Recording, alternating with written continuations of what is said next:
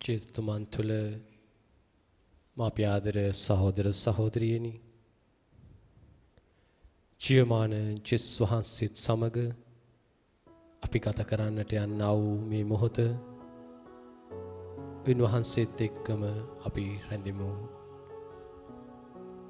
උන්වහන්සේ අපිත් සමග කතා කරන්නට අපිත් සමග ගත කරන්නට ආසාවෙන් බලා සිටින මේ මොහොතේදී උන්වහන්සේත් එක්කම මේ මොහොත ගත කරන්නට අපි උත්සාහ කරමු.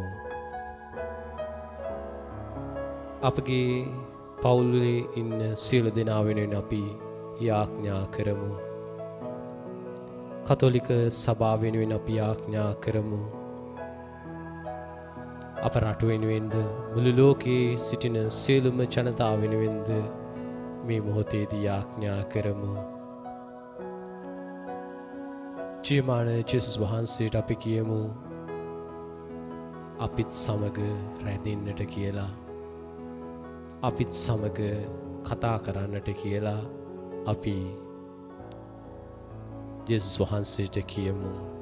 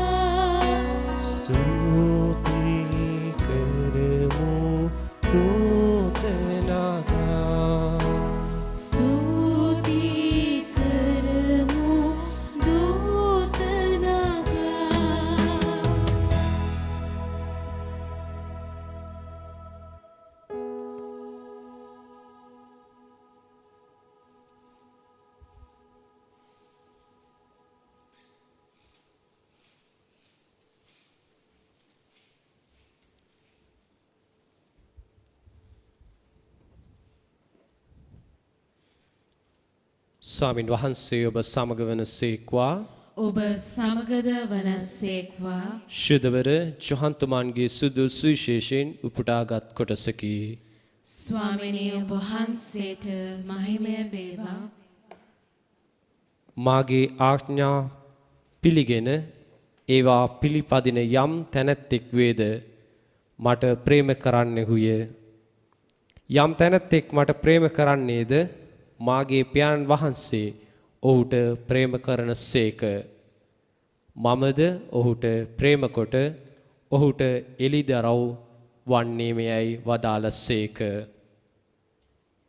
ජුදස් කාරියොත් නොවන අනෙක් ජුදස් උන්වහන්සේ අමතා ස්වාමිනී ඔබ වහන්සේ අපට එළිදරව් වී ලෝකයට එළිදරව් නොවන්නේ කෙසේදැයි ඇසීය. ජේසුස් වහන්සේ ඔහුට පිළිතුරු දෙමින් යමෙක් මට ප්‍රේම කරන්නේ නම් කෙතෙම් මාගේ ධර්මය පිළිපදින්නේය.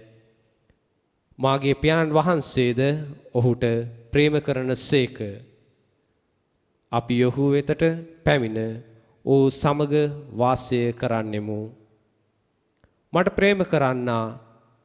ප්‍රේම නොකරන්නා මාගේ ධර්මය නොපිළිපදී. ඔබ අසන ධර්මයේ මාගේ නොව මා එවා වදාළ පියාණන් වහන්සේගේ ධර්මය. ඔබ සමග සිටින අතර මම මේ දේවල් ඔබට කීවෙමි. එහෙත් මාගේ නාමයෙන් පියාණන් වහන්සේ එවන සහායක දායකයන්න් වන ශුද්ධාත්මයන් වහන්සේ සියල්ල ඔබට උගන්වමින් මා වදාළ සියල්ල ඔබට සිහිපත් කරවන සේක. සුවිශේෂ වාක්‍ය නම් එසේය. ක්‍රිස්තුනි ඔබ වහන්සේට ප්‍රශංසා වේවා.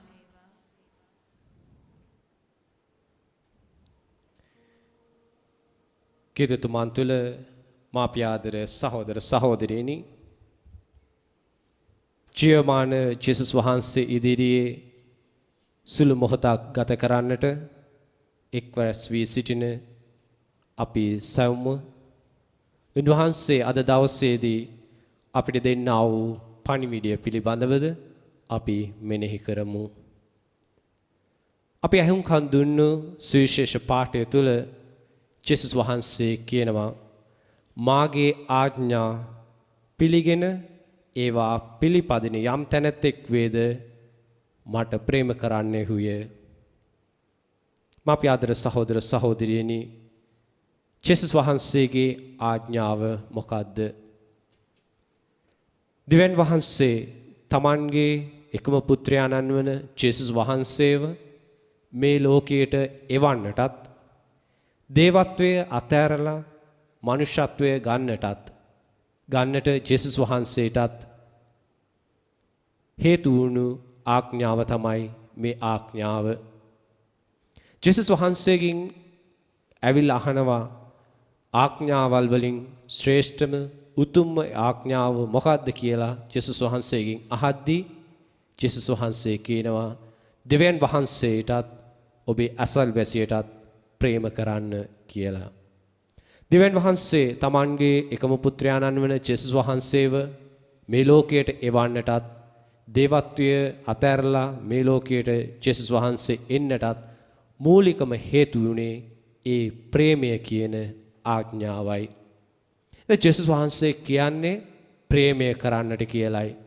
ප්‍රේමය කරන්න ඕනේ කාවද? දෙවියන් වහන්සේ විතරක්ම නෙමේ. අපේ අසල්වැසියාවත් අපි ප්‍රේම කරන්නට ඕනේ. අපේ හතුරන්වත් අපි ප්‍රේම කරන්නට ඕනේ. ජේසුස් වහන්සේට මේ ලෝකයට ඇවිල්ලා ගැලවීම මේ ලෝකයට අත්පත් කර දෙන්නට පුළුවන් උනේ දෙවියන් වහන්සේගේ ඒ ප්‍රේමය ජේසුස් වහන්සේ තුළ තිබුණු නිසා.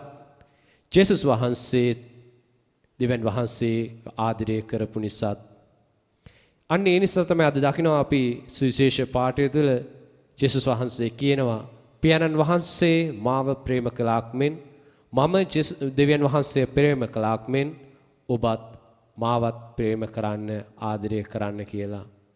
ජේසුස් වහන්සේ අපිට ආදරය කරන්නට පුළුවන් නම්, ජීවමාන ජේසුස් වහන්සේව ආදරය කරන්නට පුළුවන් නම් අපිට පුළුවන් වෙනවා අපේ අසල්වැසියාව, ඒ වගේම අපේ හතුරන්ව, අපි දකින්නට අකමැති අයව ප්‍රේම කරන්නට.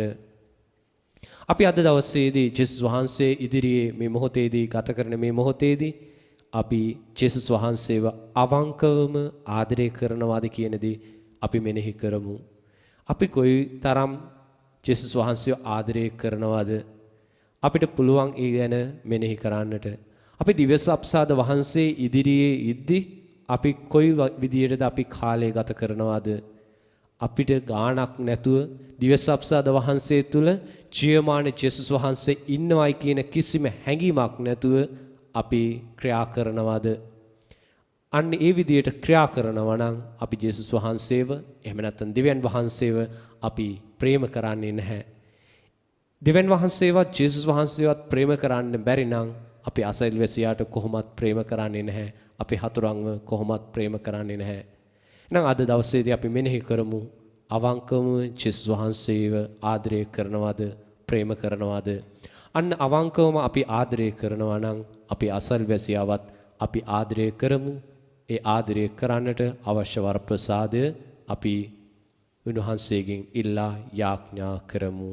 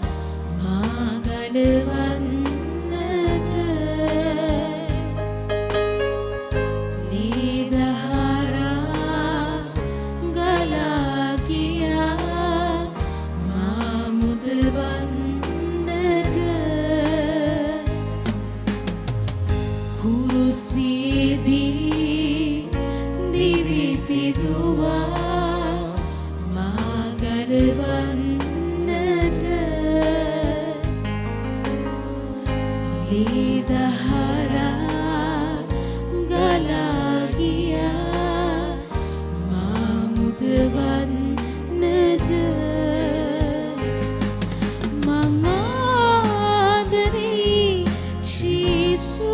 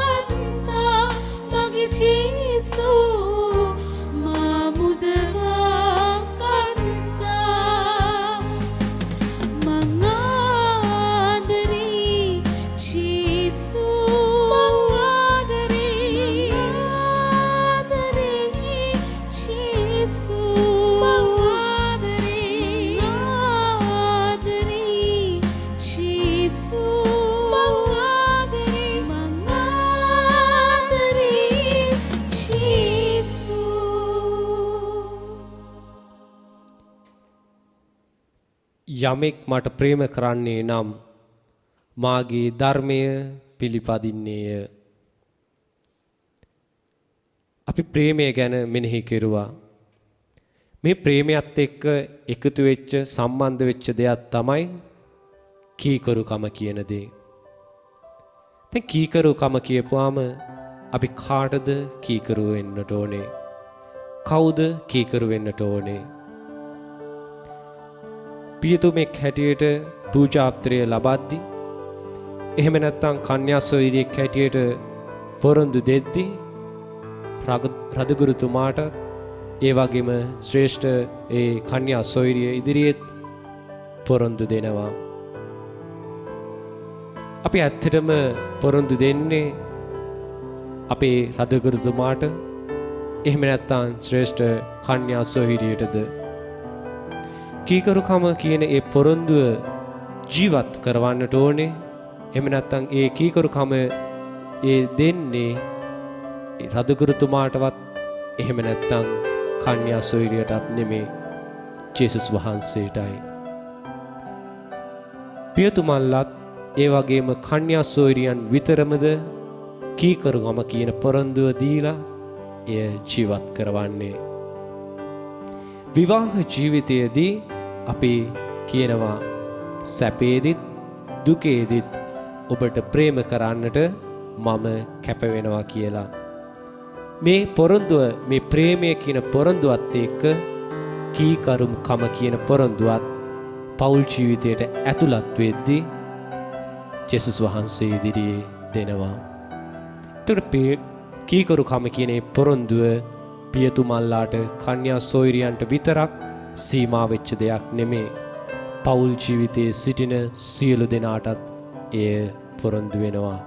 ජේසුස් වහන්සේ ඉදිරියේ ජීවත් කරවන්නට අවශ්‍ය වෙනවා. ඔබට ප්‍රේම කරන්නට බෑ, අනිත් අයට ප්‍රේම කරන්නට බෑ කීකරු නොවි. අපිට අනිත් අය කියන දේ ඇහුම්කන් දෙලා ඒකට අපි ක්‍රියා කරන්නට බෑ කීකරුකම නැතුව. පෞල් ජීවිතය සාර්ථක පෞල් ජීවිතයක් ගත කරන්නට ඕන නම් මේ ගතිගුණ දෙකම තියෙන්නට ඕනේ. අනිත් එක්කෙනා කියන දේ මොකද්ද කියන දේ තේරුම් ගන්නටත්, ඒ කියන දේ හරි කියලා පිළි අරගෙන ඒ ජීවත් කිරීම තුළින් පෞල් ජීවිතය සාර්ථක කරගන්නටත් කීකරුකම අවශ්‍ය වෙනවා. කීකරුකම තුළින් ආදරය අවශ්‍ය වෙනවා. පෞල් ජීවිතය තුළ සමහර අය කියනවා ස්වාමි පුරුෂයා කීකරු වෙන්නට හොඳ නෑ, කීකරු වුණාම එයාව ගණන් ගන්නේ නෑ, සමාජයෙන් කොන් කරනවා කියලා. හැබැයි තම බිරිඳට හරියට කීකරු වෙනුනොත් ඔහු හොඳ සාර්ථකවත් පෞල් ජීවිතයක් ගත කරනවා. ස්වාමි පුරුෂයා විතරක් නෙමේ කීකරු වෙන්නට ඕනේ පෞල් ජීවිතය තුළ. බිරිඳත් පෞල් ජීවිතය තුළ සාර්ථක පෞල් ජීවිතයක් ගත කරන්නට නම් ස්වාමි පුරුෂයා කියන්නේ මොකද්ද කියන දේ තේරුම් අරගෙන ඒකට කීකරු වෙන්නට අවශ්‍ය වෙනවා. ඒ වගේම තමයි දරුවන් හැටියට අපි දෙමව්පියන්ට කීකරු වෙලා ජීවත් වෙන්නට ඕනේ. කීකරු වීම තුළින් අපේ දෙමව්පියන්ගේ ආදරය අපි දිනා ගන්නවා. මේ ආකාරයට ආදරයත් එක්ක ප්‍රේමයත් එක්ක සම්බන්ධ වෙච්ච තවත් දෙයක් තමයි මේ කීකරුකම කියන්නේ. එහෙනම් කීකරු වීම තුළින් අපිට ආදරය දිනා ගන්නටත් අනිත් අයට ආදරය දක්වන්නටත් පුළුවන්. මේ ආදරයත් මේ ප්‍රේමයත් ඒ වගේම කීකරුකමත් පිළිපදින්නට අපිට අවශ්‍ය වෙන සුදාත්මයන් වහන්සේගේ ප්‍රඥාව අපිට ලැබෙන්නේ උන්වහන්සේගෙන්. අන්තිම කොටසේදී අපි දකිනවා සුදාත්මයන් වහන්සේ සියල්ල ඔබට උගන්වමින් මා වදාළ සියල්ල ඔබට සිහිපත් කරවනසේක. අපිට ආදරය කරන්නට ඕන නම් සුදාත්මයන් වහන්සේගේ වරප්‍රසාදය අවශ්‍ය වෙනවා. කීකරු වෙන්නට නම් අපිට ඉවසීම අවශ්‍ය වෙනවා. ප්‍රඥාව අවශ්‍ය වෙනවා. කීකරු වීමට සුදාත්මයන් වහන්සේගේ වරප්‍රසාදය අවශ්‍ය වෙනවා. ජීවමාන ජේසුස් වහන්සේ ඉදිරියේ සිටින අපි සුදාත්මයන් වහන්සේගෙන් ඉල්ලමු වරප්‍රසාදය. ජේසුස් වහන්සේ අපිට කියන ඒ පොරොන්දුව සුදාත්මයන් වහන්සේ තුලින් ලැබෙන්නට අපි යාඥා කරමු. උන්වහන්සේ අපිට ඒ දෙන්නා වූ වරප්‍රසාදය තුලින් කීකරු වෙන්නටත් අනිත් අයට ප්‍රේම කරන්නටත් දෙවන් වහන්සේව ප්‍රේමය කරන්නටත් අපි අවශ්‍ය වරප්‍රසාදය ඉල්ලා සුළු මොහොතක් නිශ්ශබ්දව යාඥා කරමු.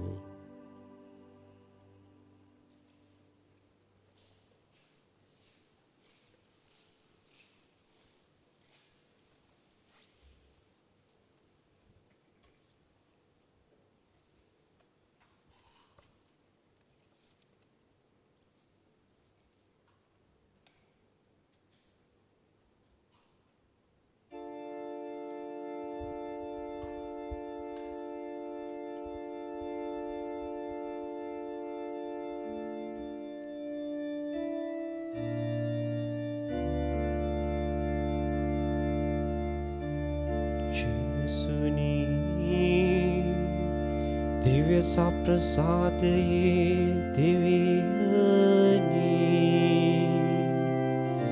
අපි ඔබ වහන්සේට වන්දනා කරමු. ජේසුනි දිව්‍ය සප්‍රසාදයේ දෙවියනි අපි ඔබ වහන්සේට වන්දනා කරමු. ජේසුනි දේව පුත්‍රයාණනි අපි ඔබ වහන්සේට නමස්කාර කරමු. ජේසුනි දේව පුත්‍ර යාණනි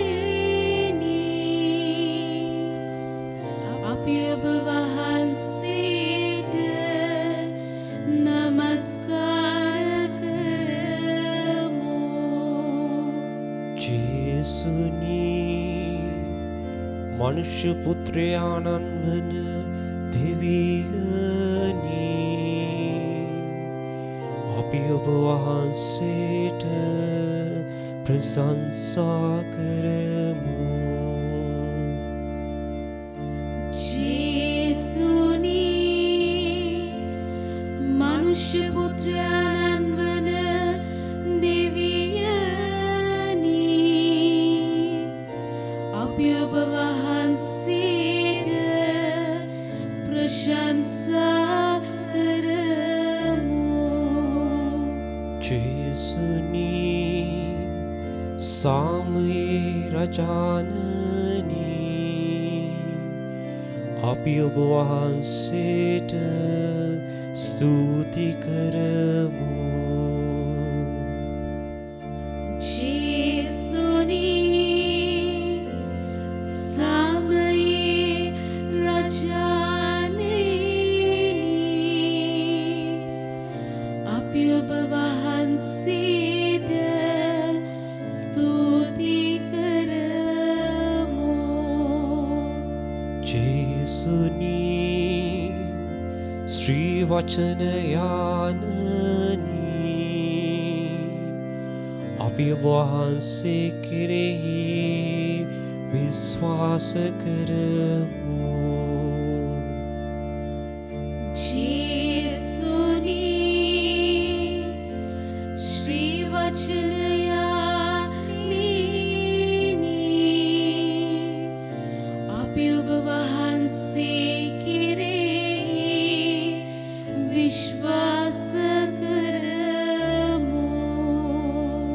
ජේසුනි දිව්‍ය ගැලවුම් කාර්යාණනි අපි ඔබ වහන්සේ කෙරෙහි බලාපොරොත්තු වෙමු. ජේසුනි දිව්‍ය ගැලවුම් කාර්යාණනි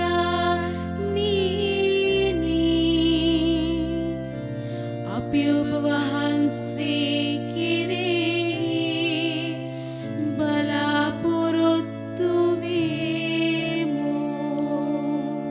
ජේසුනි වෙහෙසවන්නන්ගේ සැනසීමේනි අපගේ ශ්‍රමය ආශිර්වාද කළ මැනව. ජේසුනි වෙහෙසවන්නන්ගේ සැනසීමේනි අපගේ ශ්‍රමය ආශිර්වාද කළ මැනව. ජේසුනි බාලයන්ගේ ස්වාමියාණනි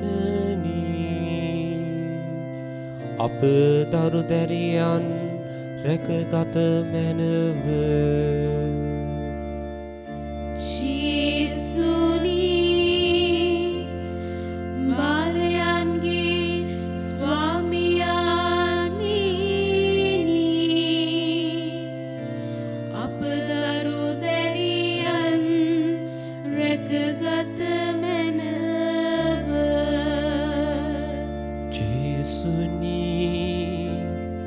අප පවුල්වල රජානනී අප පවුල් තුල රජකම් කළ මැනව ජේසුනි අප පවුල්වල රජානීනි අප පවුල් තුල රජකම් කළ මැනව ජේසුනි උත්තම පූජකයාණනි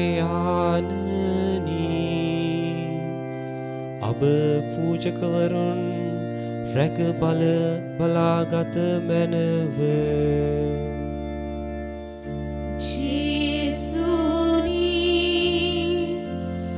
උත්තම පූජකයාණනි අප පූජා ප්‍රසාදීවරුන් රැක බලාගත මැනව ජේසුනි යහපත් තෙරාණන් වන ස්වාමීනි අප රදගුරුවරුන් ආරක්ෂා කළ මැනව ජේසුනි යහපත් තෙරාණන් වන ස්වාමීනි අප රදගුරුවරුන් ආරක්ෂා කළ මැනව අපි සුළු මොහොතක් නිශ්ශබ්දව ජීවමාන ජේසුස් වහන්සේ ඉදිරියේ අපේ ඉල්ලීම් ඔප්පු කරමු. අපේ පවුල් වෙනුවෙන් අපි ආඥා කරමු. අප රට වෙනුවෙන් සුදු සභාව වෙනුවෙන් මුළු ලෝකයේ සිටින ජීවත් වෙන ජනතාව වෙනුවෙන් අපි උන්වහන්සේ ඉදිරියේ මැදිහත් වෙමු.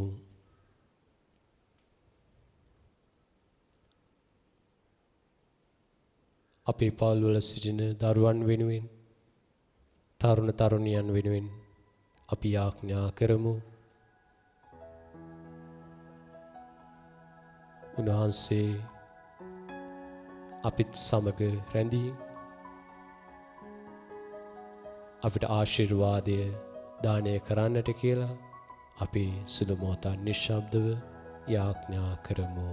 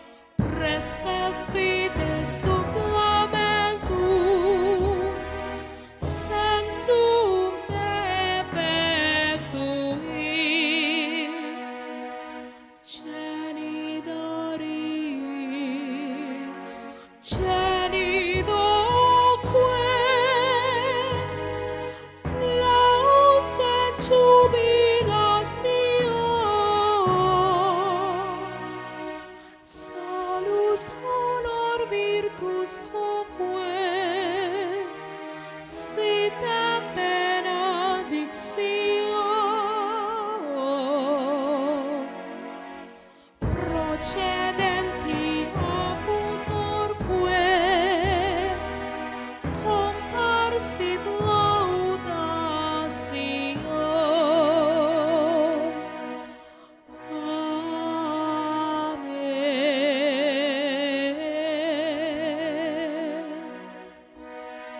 උන්වහන්සේ ස්වර්ගයෙන් පුපේ ඔවුන්ට දෙවා වදාළසේක. සෑම ප්‍රබෝධයක් මෙහි අඩංගු වී ඇත්තේය. ජේසුස් ක්‍රිස්තුස් ස්වාමිනී, වහන්සේගේ දුප්‍රාප්තිය හා මරණයෙන් සිහිවීම ලෙස මේ පුදුමාකාර ප්‍රසාද නිධානය අපට දානය කළ සේක් වේද. වහන්සේගේ ගැලවීම ඵල අප සිතට නිතර දැනෙන ආකාරයෙන් වහන්සේගේ ශ්‍රී ශරීරයට හා ශ්‍රී රුධිරයට නිසි ගෞරවයත් වන්දනාචාර කිරීමටද වහන්සේගේ රාජ්‍යයේ සාමය අත්දැකීමටද අපට වරම් දුන මැනව. වහන්සේ සදාට වැජබෙන සේක, රජකම් කරන සේක.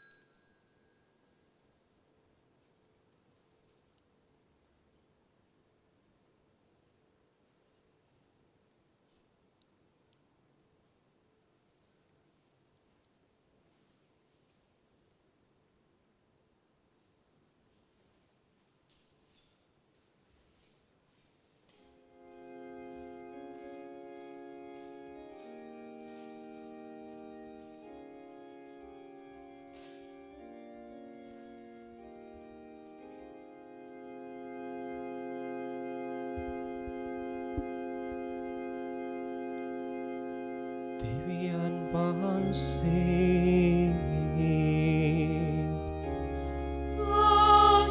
ආශිර්වාදිත වේවා.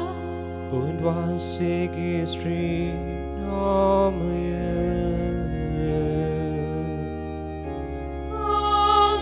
ආශිර්වාදිත වේවා. සැබෑ වූ දෙවියන් වහන්සේද සැබෑ වූ මනුෂ්‍යාද වන ජේසුස් ක්‍රිස්තුස් ස්වාමී දරුවෝ ආශිර්වාදිත වේවා. ජේසුස් ස්වාමී දරුවන්ගේ ශ්‍රී නාමය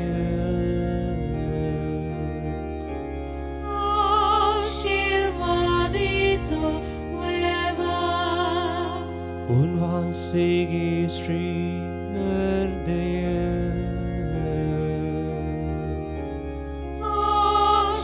ආශිර්වාදිත වේවා. පූජාසනයේ දේව ප්‍රසාද නිධානී ජේසුස් ස්වාමී දරුවෝ ආශිර්වාදිත වේවා. උන්වහන්සේගේ අති අමිල වූ ශ්‍රී රුධිරය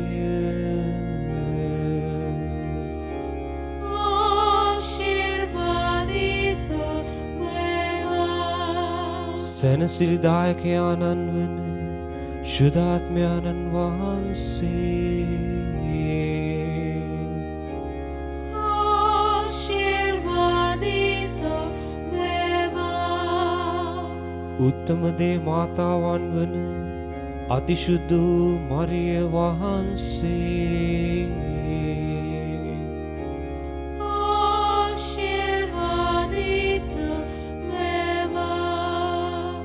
උන්වහන්සේගේ නිර්මල පිළිසිතීම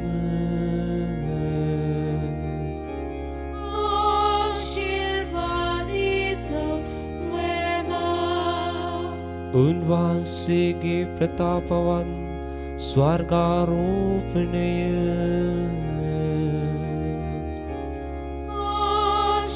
ආශිර්වාදිත වේවා. කන්‍ය මාතාවන්ගේ මරේ යන ශ්‍රී නාමය